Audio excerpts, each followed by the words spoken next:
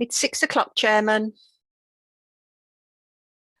Thank you, Louisa. In which case, good evening, everybody. Welcome to any members of the public viewing at home. Welcome to the committee members and indeed cabinet members and other councillors observing tonight's proceedings.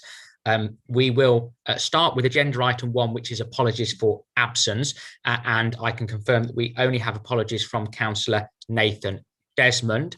And therefore, at agenda item 2, appointment of substitute members, we have Councillor Ken Henderson, who is a substitute for Councillor Nathan Desmond. Welcome to you, Ken.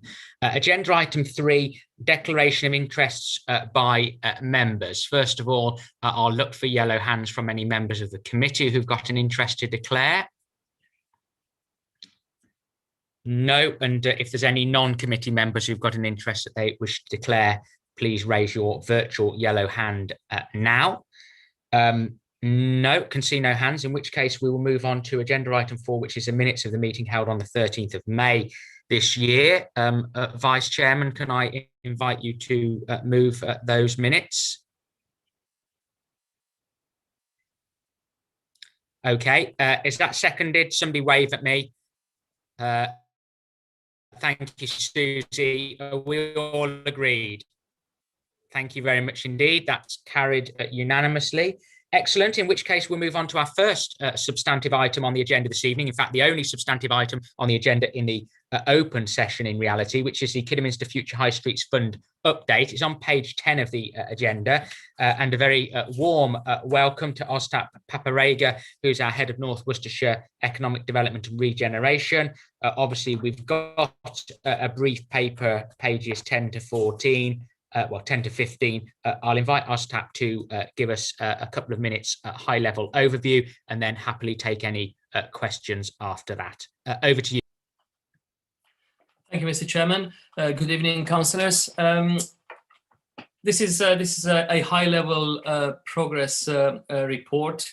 Perhaps in future we'll present more detailed reports as the delivery kind of takes place on the ground.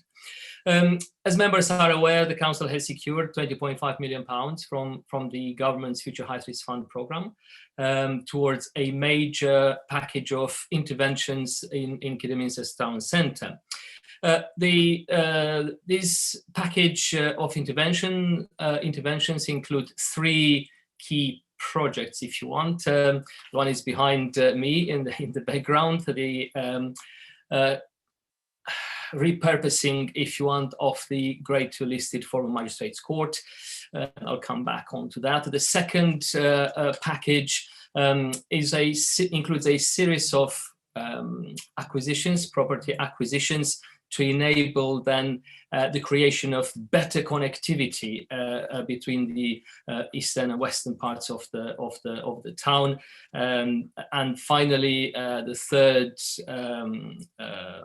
package of interventions will be focusing on the former Crown House site and the Bullring area. In terms of progress to date, the report kind of goes in a bit of more detail in terms of progress under each of these 3 packages of interventions. What I would like to kind of flag up is the kind of very tight delivery timeframe. We have to deliver the whole package by March 2024. And to support the delivery, we've recently appointed external project management and cost management specialists to enable the team, my team, to deliver, the whole program on time and on budget, because there isn't any additional funding available. In addition, there is a design team in place that's working through the planning application for the former magistrates court site. They're they lead a big professional team, as you would expect for a project of this size. Also, I would like to mention that the Foreign Magistrates Court takes the kind of the lion's share of the budget, at around £14.2 million. So a major significant project. The idea is to repurpose, to demolish a bit of the redundant kind of element of the building, provide a brand new unit, then repurpose, refurbish the existing Great Listed building, and of course repurpose the former cover market area at the back, with a view to create a space where businesses, individuals, entrepreneurs from the creative sector, creative industry sector, and the digital sectors will come in and hopefully turn it into a catalyst for innovation and digital kind of cooperation.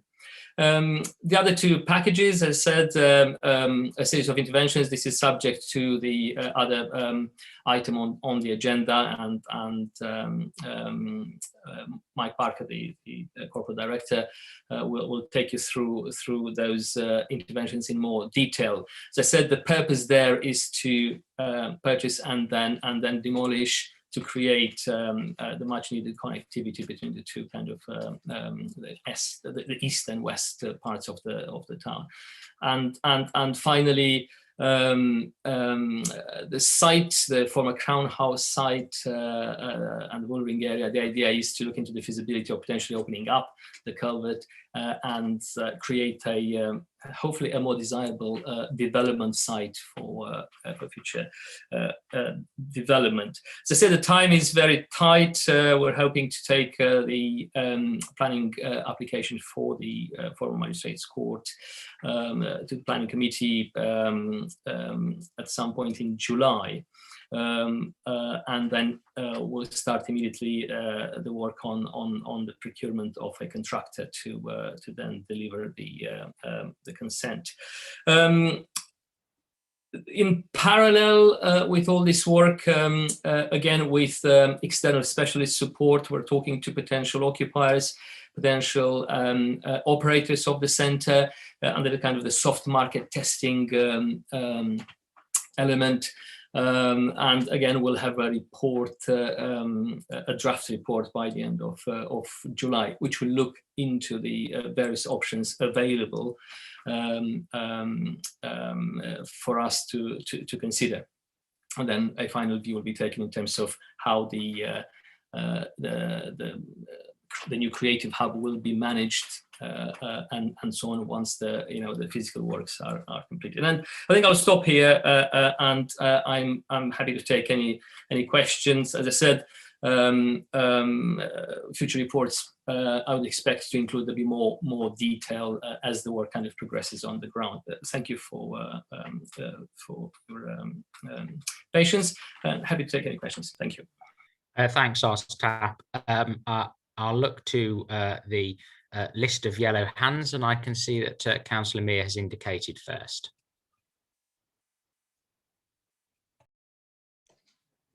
Good afternoon, everyone. Lovely day. Very hot in my office at the moment. So I've got the window open, so if you get any noise, just let me know and I'll shut the window. Thanks, Ostap, for this report. It's very, very helpful. And as part of scrutiny, obviously, the questions aren't going to be too kind to you, but I have to ask them anyway. The way I see it, we've had this we've had this decision since March, and it seems to me that we haven't made a huge amount of progress in this, because we've only got until March 2024 to spend this money and presumably get our developments all sorted. 3.2 says that you've got the governance arrangements in place, Future High Street Board in place, which is in Appendix 1. And then you say in 6 months' time, within the next 6 months, there are going to be more sort of bureaucratic stuff done. At no stage can I see anywhere that you say that we're going to get the diggers in and start building. So why is it taking so long? Is this what you had envisaged in March, this sort of time limit? And also, By the end of this year, what will our residents see on the streets? What is going to be visible to our residents to say, look, we've got this £20 million and this is how we're spending it? Because to be fair and to be honest, I think it's a very short window we've got to do this development. It's fantastic development. It's really, really good. I absolutely love it. And I'm trying to sell it to all my residents as I speak to them. And I just don't want to be in a position where actually we get to 2023 and we've still got half the work to do. Ostap, do you want to pick that up? The charge is you're not making progress quick enough. So in a nutshell. Well, we are ahead of program. As I said myself in the introduction, it is a very tight time scale. By the way, there is quite a huge delay in terms of the funding being approved at national level. However, the delivery time scale is still the original one. Nonetheless, we are on schedule in terms of the acquisitions. Said my colleague Mike Parker will go into more detail later. So that's on track. In parallel, we've commissioned surveys to look at structural surveys and asbestos surveys to prepare for the demolition works. On the former magistrates court, again, we've procured the design team 14 months ago as part of the business case development project. We did a 2-stage procurement process. So this is why we were able to reappoint them immediately to start to continue the work that they already did as part of the business case development stage. Yes, it's a tight time frame, but these are complex physical regeneration projects. The lead-in time before you see bulldozers on the site is quite considerable because we have to secure the relevant planning permissions. But as I said, we are on schedule on all these parallel work streams. And I said, future reports will include updates in that respect. But as we're sitting here at this point in time, we are on schedule as originally planned to complete delivery by March 2024. You know, Ostap, on 3.4, you've said you have just recently appointed a professional support in the form of project and cost control managers. Why has that been a recent appointment? Why wasn't it done in April? Or how recent was it? Well, you have to go through a procurement process. The fact that we only appointed them now, it doesn't mean that work has not taken place. So I think it's the appointment could have been, I don't know, done a month earlier, maybe, but it doesn't affect the work. As I said, the work has been delivered. Their input and their specialists will come into effect once we start the kind of the physical work on site. This way you have cost management and in the pre-development phase.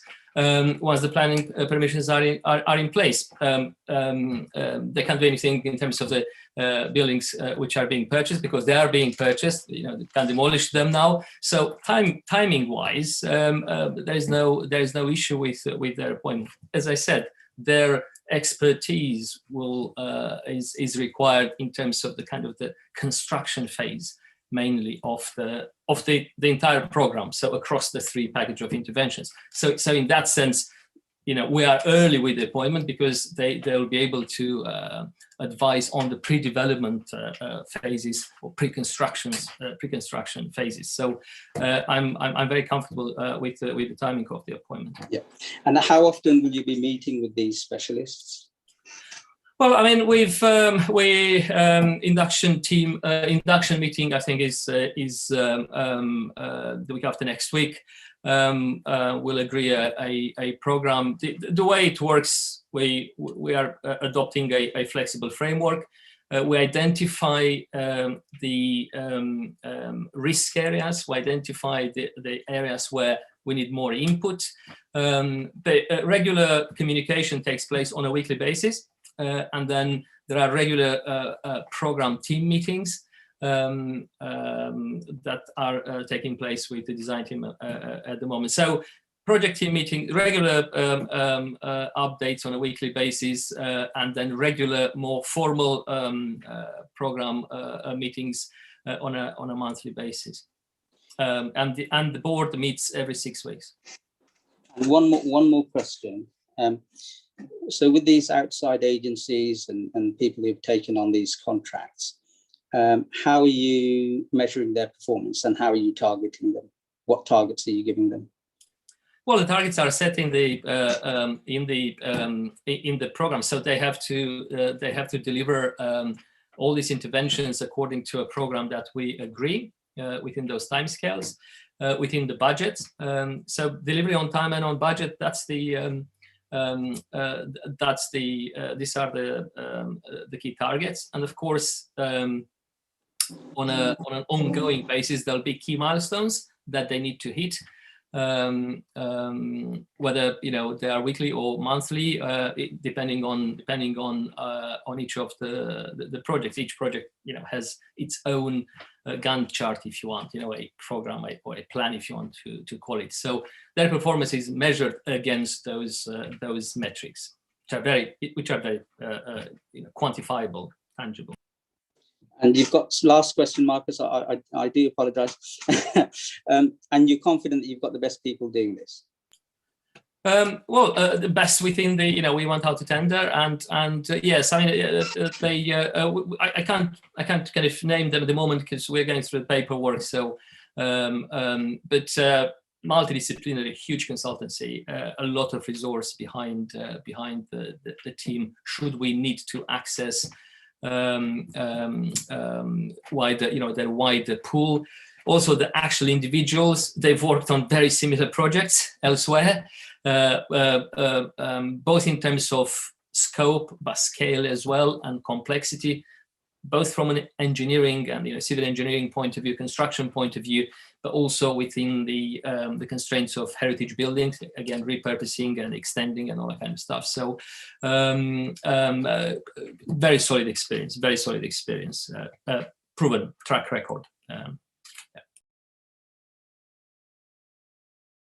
Good, thank you, Councillor Mia. Councillor Onslow.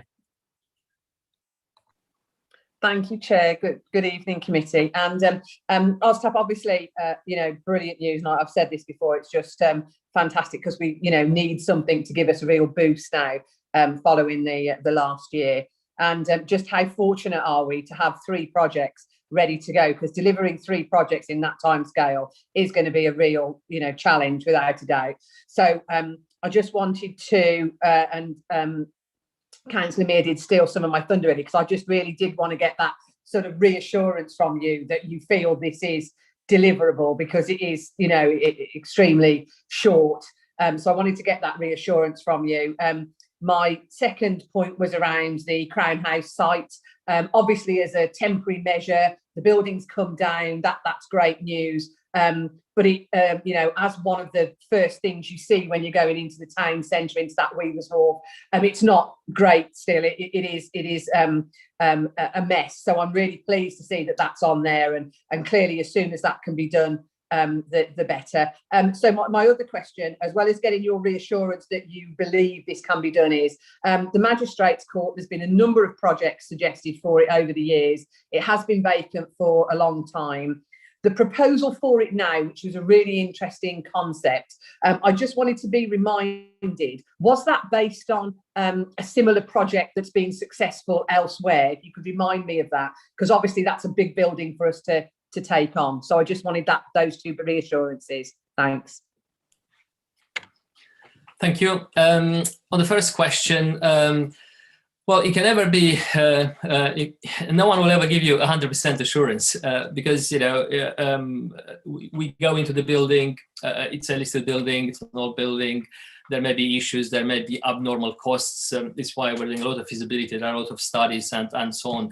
Assuming there aren't any major unknown issues that may crop up, as I said, asbestos springs to mind. It's the demolition works, and we're doing again studies and surveys to understand that. So assuming there aren't any major unknowns, as I said, yes, I'm confident that with the team in place, we will deliver by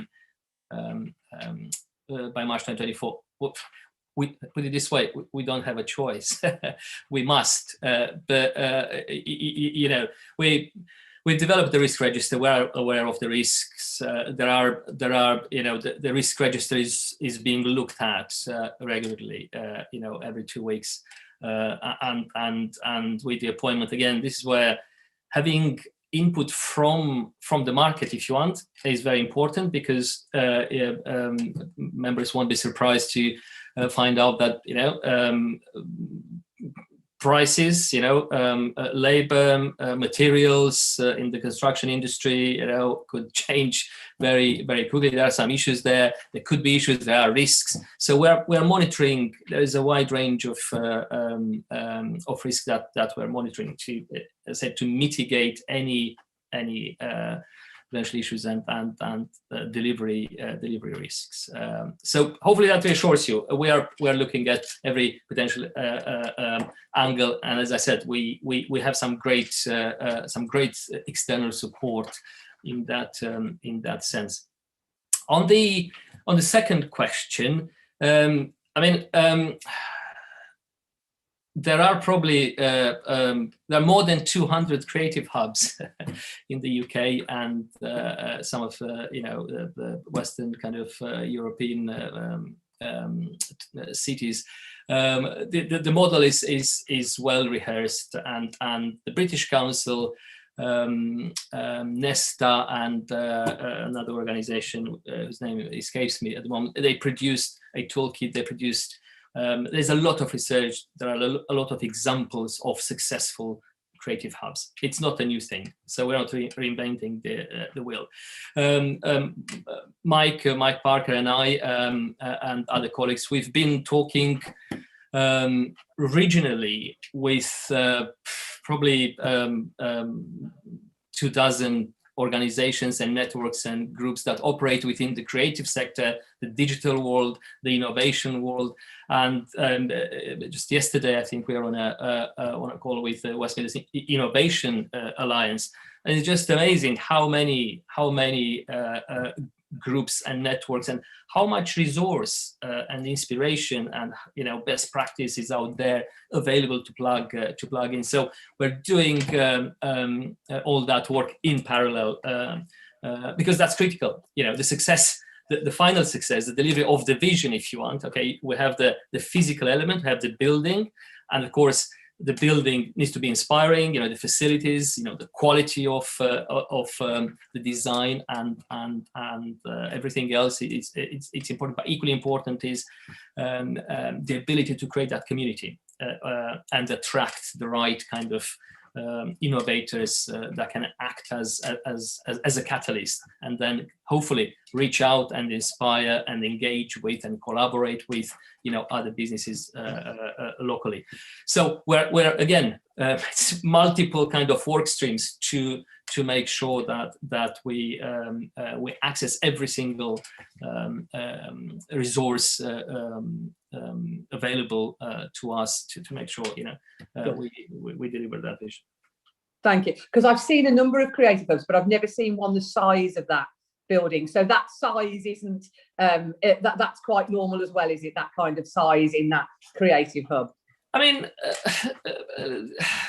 it depends. I mean, they're much bigger. Of course, they're much bigger buildings, premises. Some of them evolved from small to big to super big. I think there are two things I would say. There's a great opportunity. The size of the building presents a great opportunity because we have space. So that gives us a lot of flexibility in terms of who comes in, the mixture of cellular, smaller offices for, 1 person, 2 person kind of business, but also in the new wing, we'll have open plan, big kind of large floor plates, co-working, collaboration, and so on, plus the former covered market area at the back. So that gives us a lot of flexibility in terms of the type of activities and businesses that we could accommodate. On the other hand, there's quite a risk. It's a big beast to manage. And again, Mike and I were on the call with our colleagues from the West Midlands Innovation Alliance, and we're talking about sustainability in construction and whole life costs, with a view to make sure that the running costs are minimized, as much as possible. So. But nonetheless, that is a risk, and I totally agree with you. It is a big building. It's a big facility, but we're working on that. Councillor Rook, the chairman has lost connection to the meeting. Could you take over? Yeah, that's fine. Thank you. Councillor Griffiths is next to speak. Councillor Griffiths, please. Thank you very much, Deputy Chair, and good evening, everybody. Thank you, Ostat. It's very, very exciting times ahead for Kidderminster. I just wanted to double check with the bid being broken down into 3, and obviously 16 million being spent on the Creative Hub, obviously the other 2, so the acquisition of key properties in Worcester Street, and also the improvement of the Crown House site. I know we'll be discussing acquisitions and other things in the exempt, but I was just wondering what portion of that sort of 4 or 5 million that's left will be divided between the other 2 initiatives in the bid, please.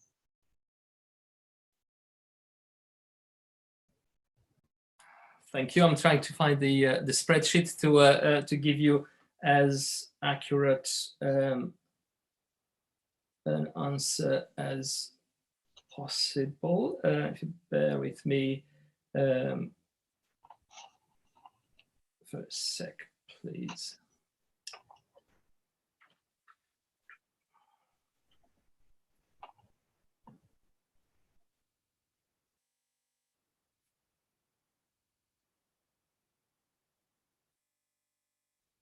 So I'll need to come back to you on that if you don't mind. The way we're showing out all the figures are broken down separately. But I don't know if Mike, if I can ask Mike whether Mike could help out in terms of the split between the other 2. Yeah, it's about 4 million on the acquisitions and 1.5 on the Bullring site. Okay, thank you so much.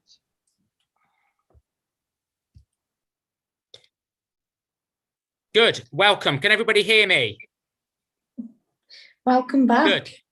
Good. Sorry. Well, I must put more money in the meter and pay the bill. I do believe, Marcus, it's Councillor Shepherd, then Councillor Chambers next. Well, I think Sally was first because her hand's above Dixon's. Yeah. Not on my screen, I think but yeah, that's fine. Yeah. Sally, then Dixon. Okay. Thanks, Sarah. Evening, committee, and thank you very much for a really informative update. I'm particularly interested in the Creative Hub. I think it will be a great asset to Kidderminster in building digital, especially digital creative businesses. My question was in and around the things that are going on at the different sites. Are we putting in infrastructure to be able to include those sites as part of the town for things such as, and I know this is a very strange thing to ask, but as such as the Christmas lights, displays, etc. And the reason I ask that is that I previously sat on the town council, and there are some areas where you cannot have light display because there is no lighting facility there's nowhere to go. And as we're doing these sites anyway, have things like that been added or not? I mean, in terms of the Bullring area and the former Crown House site and the acquisitions, obviously we're going through a number of options at the moment. And to be honest with you, I'm not sure that Christmas lighting or the infrastructure for Christmas lighting was kind of necessarily identified in the original bid. So what we have to do is to look at a number of design options and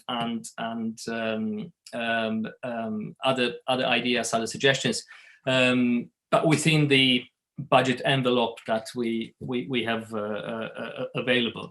I mean, if you look at some of the initial thinking in terms of the connecting initiatives, the kind of the layered steps, if you want, again, connecting Bromsgrove Street and Worcester Street.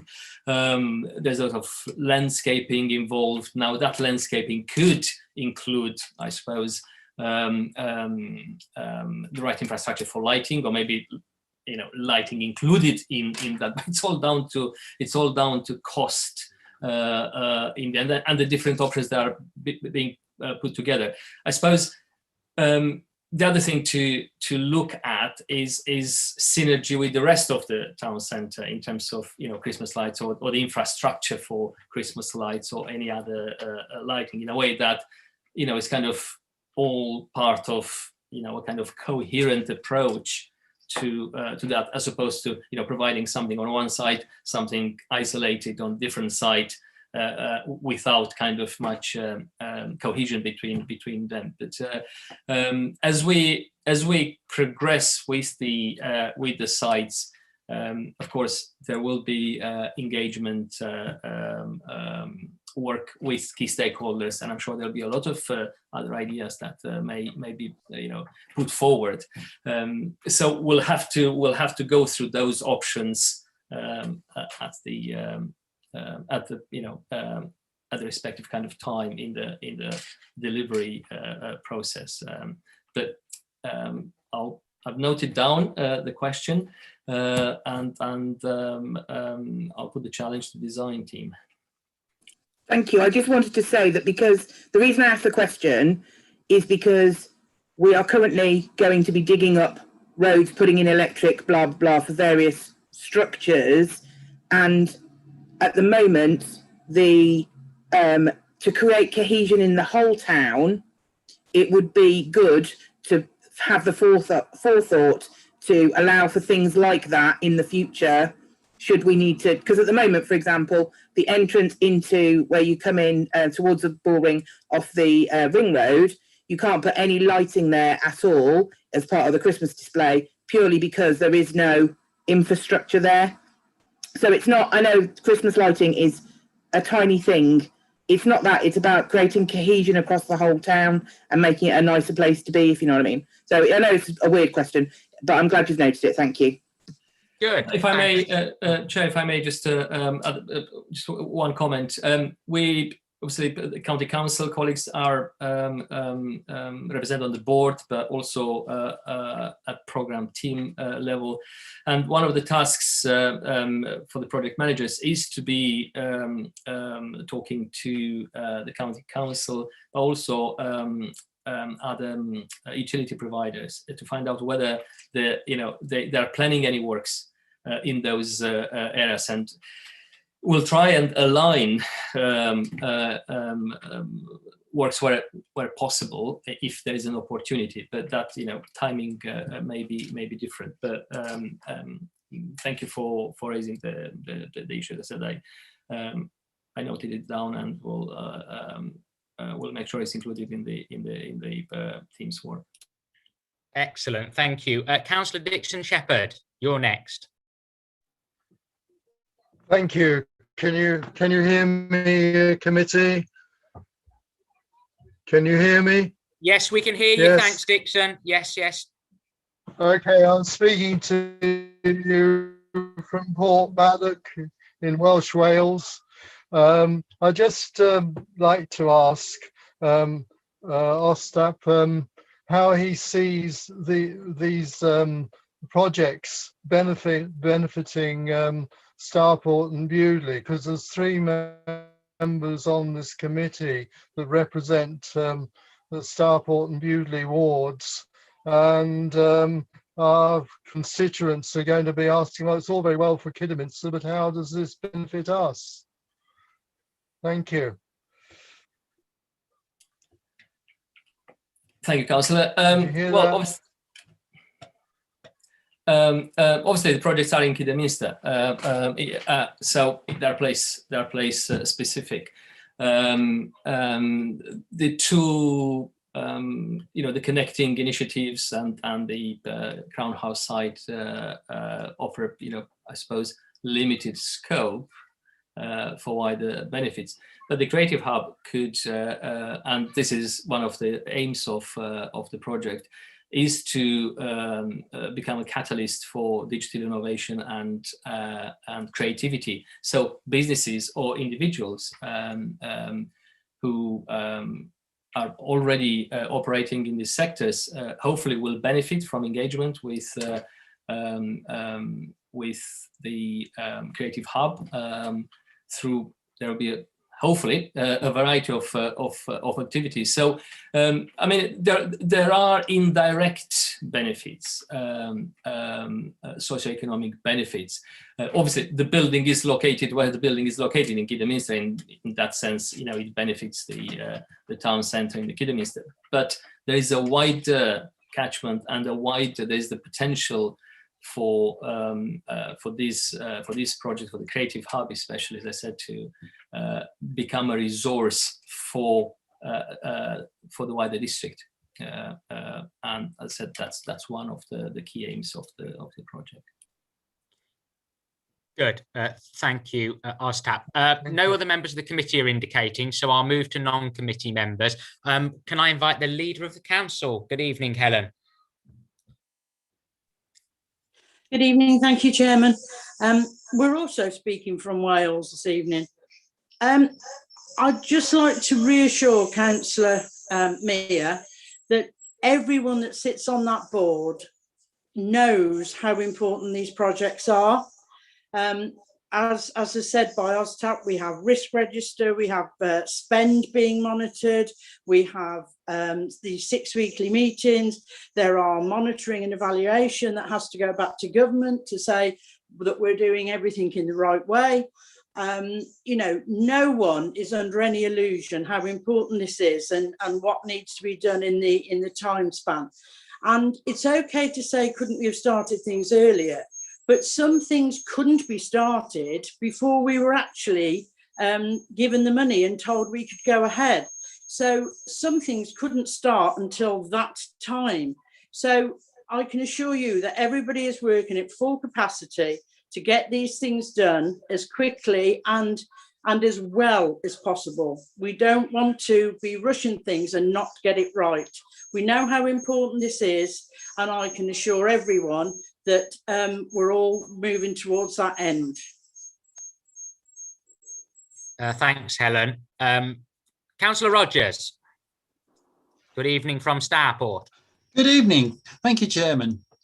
I would like to say, as someone who was heavily involved in this project right at its conception, a great big thank you to Ostap.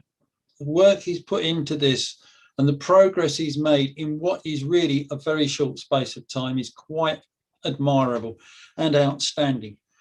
I feel that the project is most definitely in a very safe pair of hands and look forward to what it brings.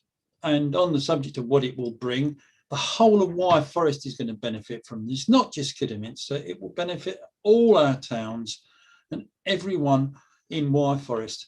Thank you very much, Ostap. Thank you, Councillor Rogers. Good, excellent. There are no other members that want to speak, in which case this is purely an updating report. there aren't any formal recommendations to make to Cabinet, as it's just an update. So if everyone's content, we'll duly note the report and thank you very much, Ostap. In which case we will move on. I know Ostap will be staying for a future agenda item. Just in terms of agenda item 6, which is our work programme, which is on page 15 of our agenda. I did mention at the last meeting that Worcester County Council weren't able to come to deal with, to talk about highways matters with flooding at Beale's Corner because of elections and purdah. And the new, well, that was in April. The new cabinet member was to be appointed in May. They are planning to come to the July meeting, and Louisa has that to chase them. And I should just add, Louisa has mentioned to me, as indeed has Mike Parker, our director, that potentially a number of other items will be added to the work programme moving forward. So I certainly think that we will be having meetings in July, September, November and December. And indeed, there's an update on the future High Streets Fund programme delivery. So the work programme is for noting. Councillor Carnegington-White, did you want to make a brief comment on the work programme? Yes, thank you, Chairman. Thank you for the update on Worcestershire County Council highways in July. I look forward to that. It just occurs to me, and it may or may not be appropriate, but I do wonder whether Mike Parker would be able at some point in the work programme to give us an update on the River Sevens partnership that he attends on our behalf. I think it's called the River Severn Partnership. Okay, what I'll do is I'll take that offline. Mike's on the call, on the meeting, obviously, so he will have heard that, and we'll look at how we can factor that in for a future meeting. Okay. Thank you. Good. Okay, so agenda item 7, if everyone's happy to note that. The work programme, the press involvement, well, hopefully they will be watching online to listen to the good work of the Future High Streets Fund. Agenda item 8, there's no other business for the open session. So could I invite, first of all, our Vice Chairman to exclude the press and public, please? Thank you, Chair. I would like to move that we exclude the press and public under the Local Government Act, due to agenda item 10, likely to involve the disclosure of exempt and sensitive information. Thank you. Do I have a seconder? Somebody wave at me, please. Thank you. Lots of seconders. Are we all agreed? Thank you very much indeed. In which case, we shall just pause now for about 20 or 30 seconds until the IT department have advised me that the live webcast is off. So thank you for all of the viewers at home, but we shall